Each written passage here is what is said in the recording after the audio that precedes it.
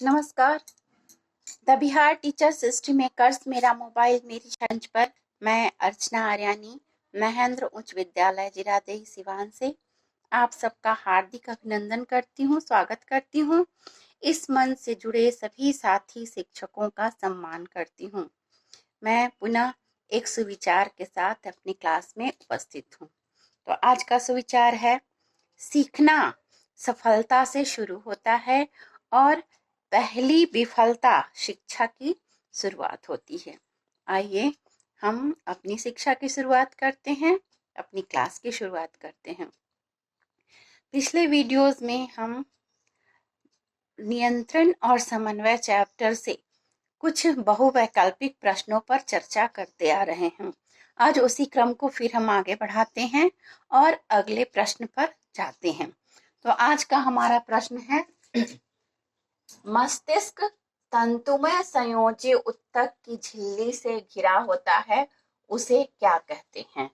मस्तिष्क जो है खोपड़ी के अंदर एक फाइब्रस कनेक्टिव टिश्यू तंतुमय संयोजी ऊतक की एक मेम्ब्रेन से, एक झिल्ली से घिरा होता है।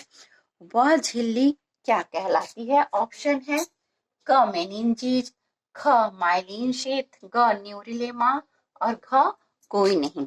तो हमारा आंसर है क मेनिंजीज।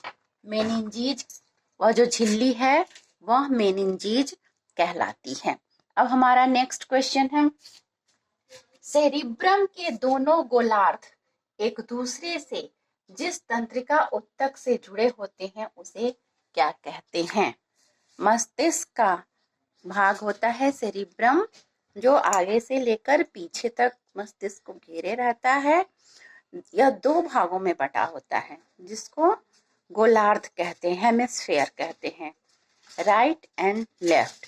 दोनों गोलार्ध और दोनों हेमिस्फेयर एक तंत्रिका ऊतक से जुड़ा होता है। यह तंत्रिका ऊतक क्या कहलाती है? ऑप्शन है क गायरस, ख सल्कस, ग कार्पस कैलोसम और घ कोई नहीं। तो दोनों गोलार्ध का कार्पस कैलोसम नामक एक तंत्रिका ऊतक से घिरे हुए होते हैं। तो हमारा आंसर है ग कार्पस कैलोसम। नेक्स्ट क्वेश्चन है, सेरिब्रम के दोनों गोलार्ध में कुछ अनियमिताकार उभरी हुई रचनाएं होती हैं, जो कहलाती हैं क गायरस, ख सल्कस, ग दोनों, घ कोई नहीं। जो सेरिब्रम के गोलार्ध होते हैं उसमें कुछ अनियमिताकार रचनाएं उभरी हुई होती हैं, उन रचनाओं को हम गायरस कहते हैं। तो हमारा आंसर है क गायरस। नेक्स्ट क्वेश्चन है, सेरिब्रम का यह भाग बुद्धि और चतुराई का केंद्र कहलाता है। ऑप्शन है क्वेश्चन है, मस्तिष्क का यह भाग बुद्धि और चतुराई का केंद्र कहलाता है। ऑप्शन है सेरिब्रम, ख सेरिबेलम, ग मेडुला और घ कोई नहीं। तो हमारा आंसर है क सेरिब्रम।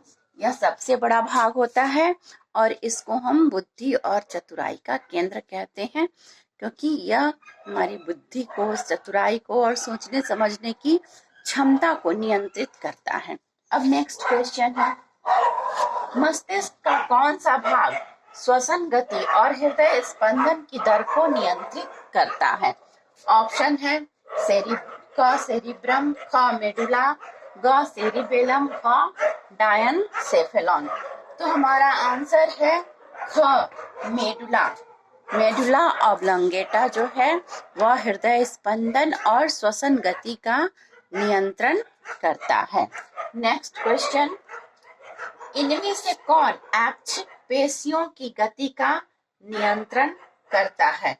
क पोन्स वेरोलाई, ख सेरिबेलम, ग डायनसेफेलॉन और घ मेडुला। तो हमारा आंसर है ख सेरिबेलम।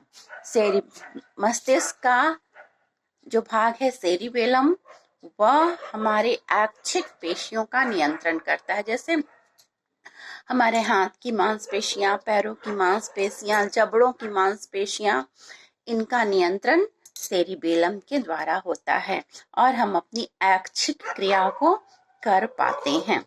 नेक्स्ट क्वेश्चन है, खोपड़ी का वह भाग जहां मस्तिष्क स्थित होता है क्या कहलाता है?